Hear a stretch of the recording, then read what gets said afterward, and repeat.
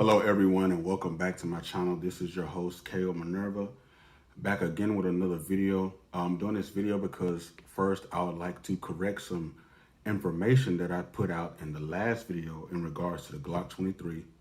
And I would also like to go over something that I didn't go over in the previous video, which is the safety.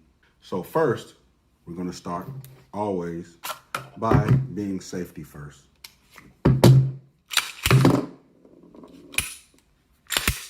All right, the Glock 23 is not a compact version of the Glock 26. That information was incorrect, and I apologize to anyone that listened to me. The Glock 23 is the subcompact version of the Glock 22. Basically, the weapons are virtually identical. Glock 22 is just slightly longer, slightly taller, bigger clip. Both shoot 40, Smith & Wesson. Virtually the same weapon. So with that out of the way, what I'd like to talk about alongside this is the safety mechanism of the Glock. We're used to seeing safeties, in the traditional sense, especially on rifles. Like, let's say an AR-15 here, right? You have your safety here, right? Safe, can't pull the trigger. No matter how hard you try. You flip this lever, fire. There you go. Pull bolt back to reset. On the Glock here, you have something called a safe action system. So let's talk about this very briefly because I don't want this video to be too long. So how does it work?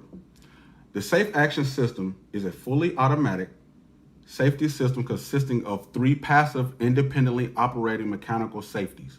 All 3 safeties disengage as the trigger is pulled and automatically re-engage when the trigger is released. So what Glock has done is automatically set up a safety system to prevent things like the weapon going off by itself. If you drop the weapon, it firing and things like that. So let's go over this very briefly, very quick. I'm gonna put a link in the description for the website where you can see these things on your own. So let's go over this very briefly. Glock safe action system. 1, trigger safety. 2, firing pin. 3, drop safety. So where's the trigger safety?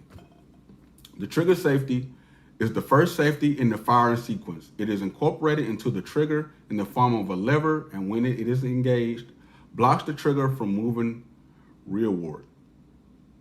To fire the pistol, the trigger safety and the trigger itself must be deliberately depressed at the same time.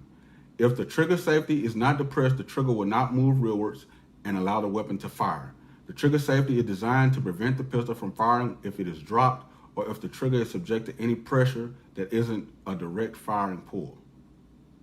So basically what this means is when you're pulling the trigger, if you do not also engage this little lever here in the middle, the weapon will not fire. Moving on. Number 2 is the firing pin safety. The firing pin safety mechanically blocks the firing pin from moving forward in a ready to fire condition.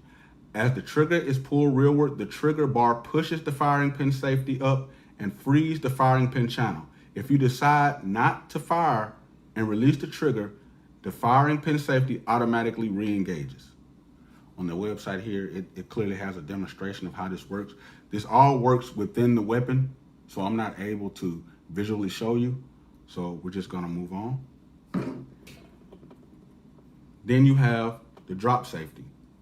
The final safety involves the trigger bar, which resets on the safety ramp within the trigger mechanism housing. The trigger bar engages the rear portion of the firing pin and prevents the firing pin from moving forward. As the trigger is pulled rearward, the trigger bar lowers down the safety ramp and allows the release of the firing pin. After firing, the trigger bar moves upward and re-engages the firing pin. As the trigger is released, all safeties automatically re-engage.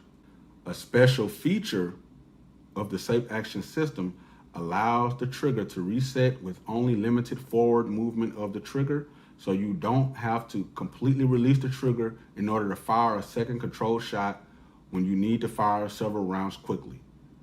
After a round is fired, you only have to release the trigger until it resets. which you hear and feel.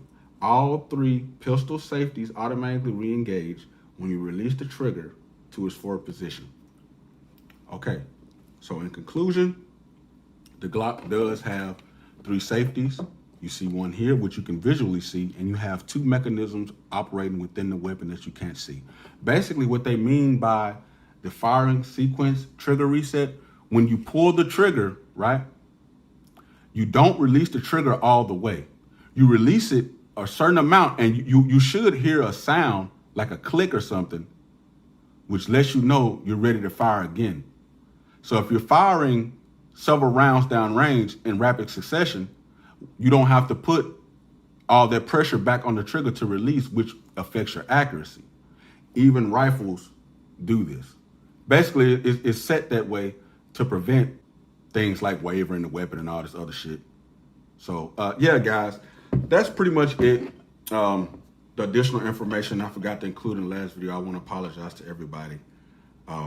But as always, I appreciate you guys for watching. If you watched this long, I would like for you guys to subscribe. And if you already are subscribed, hit that notification bell so you can be notified when I release new videos. As always, I appreciate you guys for watching. Thank you. Be safe. Have a blessed day. See you next time.